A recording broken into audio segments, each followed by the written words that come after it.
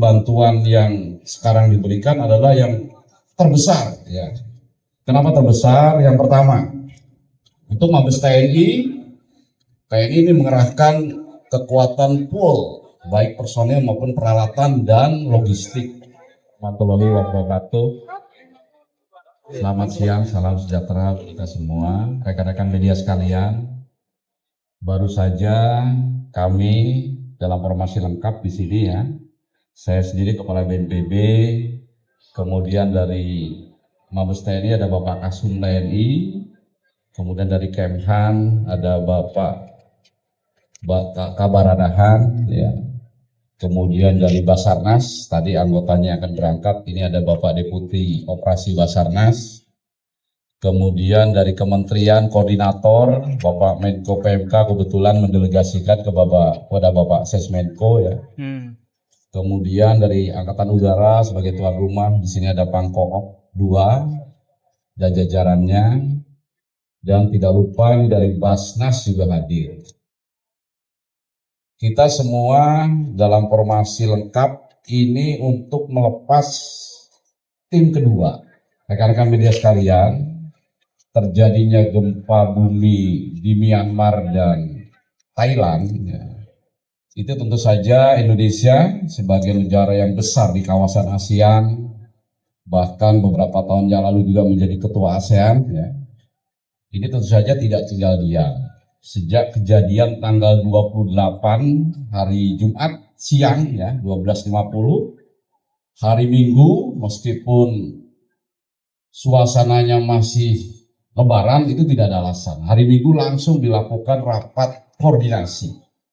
Langsung di bawah pimpinan Bapak Menko PMK, kemudian diputuskan kita akan memberikan bantuan secara penuh kepada masyarakat terdampak di negara Myanmar. Dan perlu diinformasikan bahwa mungkin bantuan yang sekarang diberikan adalah yang terbesar. Ya. Kenapa terbesar? Yang pertama, untuk Mabes TNI ini mengerahkan kekuatan full, baik personil maupun peralatan dan logistik. Untuk peralatan saja paling tidak mengerahkan 3 pesawat. Ada 2 pesawat Hercules dan 1 pesawat Boeing. Kemudian peralatan karena berdasarkan informasi rakyat Myanmar ini sangat takut gitu ya. Banyak yang tinggal tidur di jalan sehingga diperlukan adalah shelter, tempat menginap. Sehingga Mabes TNI pun mengumpulkan tenda, baik tenda besar, tenda kecil dan perlengkapan lainnya dibawa. Kemarin sudah sebagian dibawa. Kemudian dari segi personel juga mendukung penuh operasi kemanusiaan ini.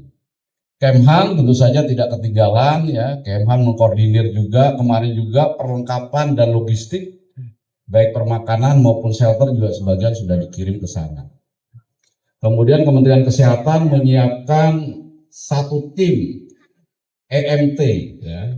Jadi tim kesehatan yang lengkap baik dokter spesialis, dokter ortopedi, dokter umum ya, termasuk obat-obatan. Obat-obatan baik dari pemerintah ya dikumpulkan maupun dari swasta dihimpun oleh Kementerian Kesehatan, dan rencana tim kesehatan lengkap yang versi lengkap tapi bisa bergerak dengan cepat ya. Kekuatan 35 orang dibantu unsur pendukung nanti akan berangkat sama-sama pada tanggal 3 April 2025, mudah-mudahan bisa dilepas oleh Bapak Presiden. Kemudian dari swasta, dari banyak sekali ya, nanti silakan rekan-rekan media ada daftarnya ya, mungkin saya tidak hafal, tapi yang jelas ada beberapa dari organisasi-organisasi kemasyarakatan seperti Lasnas, Dompet Duapa, AGP, dan banyak lagi. Ada Human Initiative itu sudah ada di sana. Kemudian dari Basnas juga ini memberikan bantuan baik orang maupun logistik ya, semuanya dihimpun oleh BNPB. Nah, BNPB bertugas mengkoordinir dan menyiapkan sarana prasarana lainnya.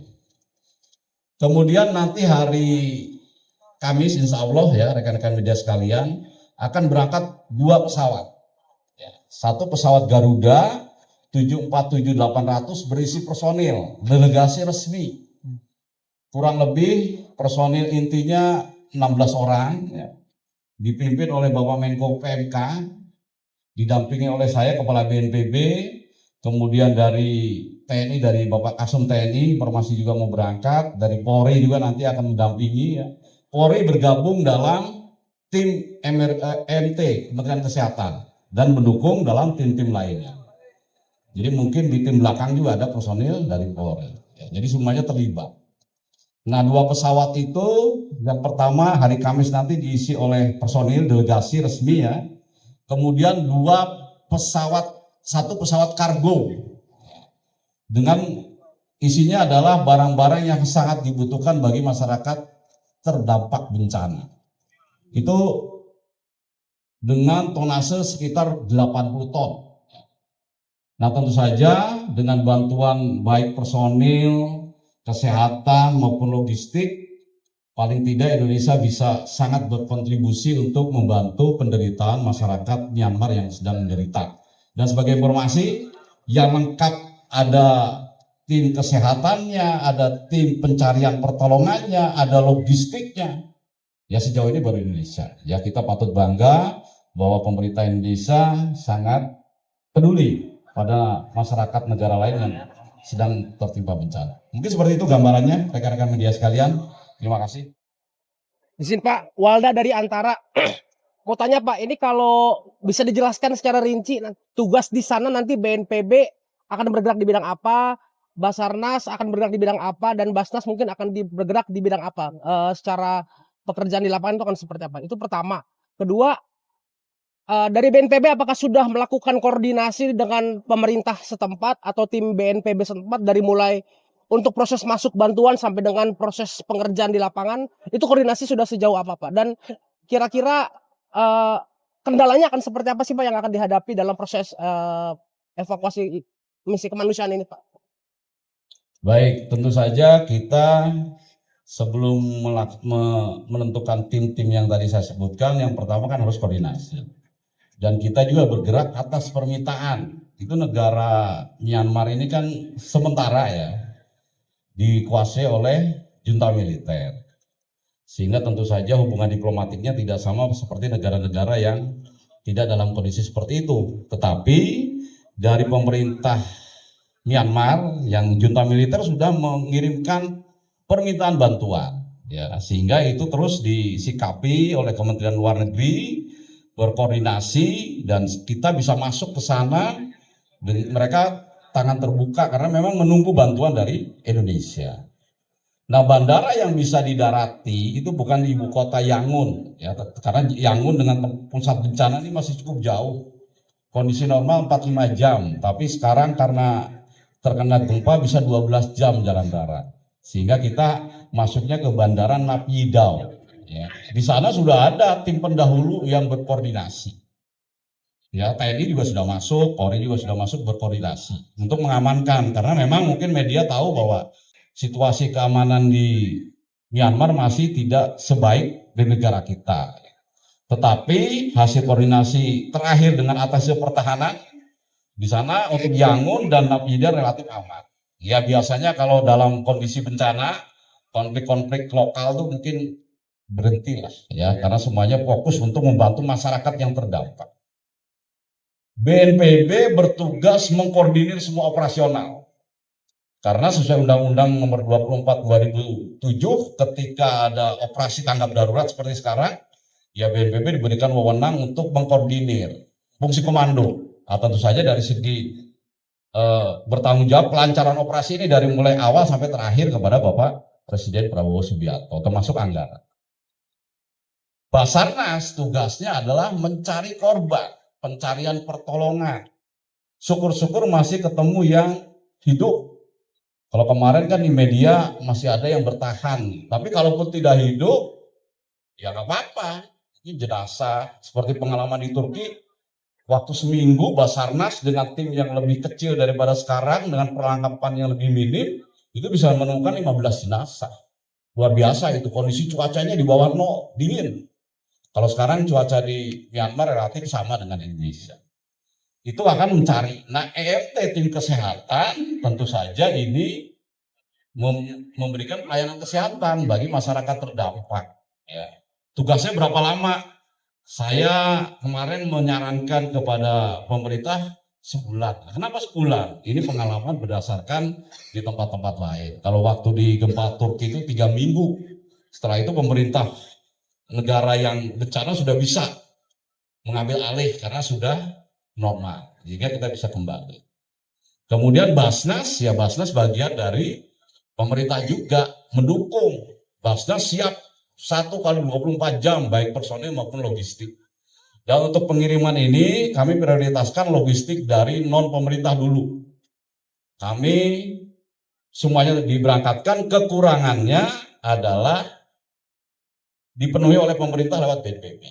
Dan sebagai informasi yang diminta dari negara Myanmar adalah, kalau permakanan sudah banyak, mereka minta tempat berlindung. Karena yang tidak korban pun takut akan ada gempa-gempa susulan. Kan rekan-rekan media tahu, habis gempa 7,7 kan kemudian 6,4. Itu kalau 6,4, 7,7 itu di darat, besar itu.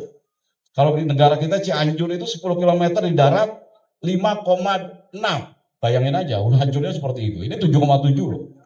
Jadi kalau Mandala itu hampir rata itu sebagian itu. Gitu ya. Pak, satu lagi Pak. Rian dari kompas.com Pak.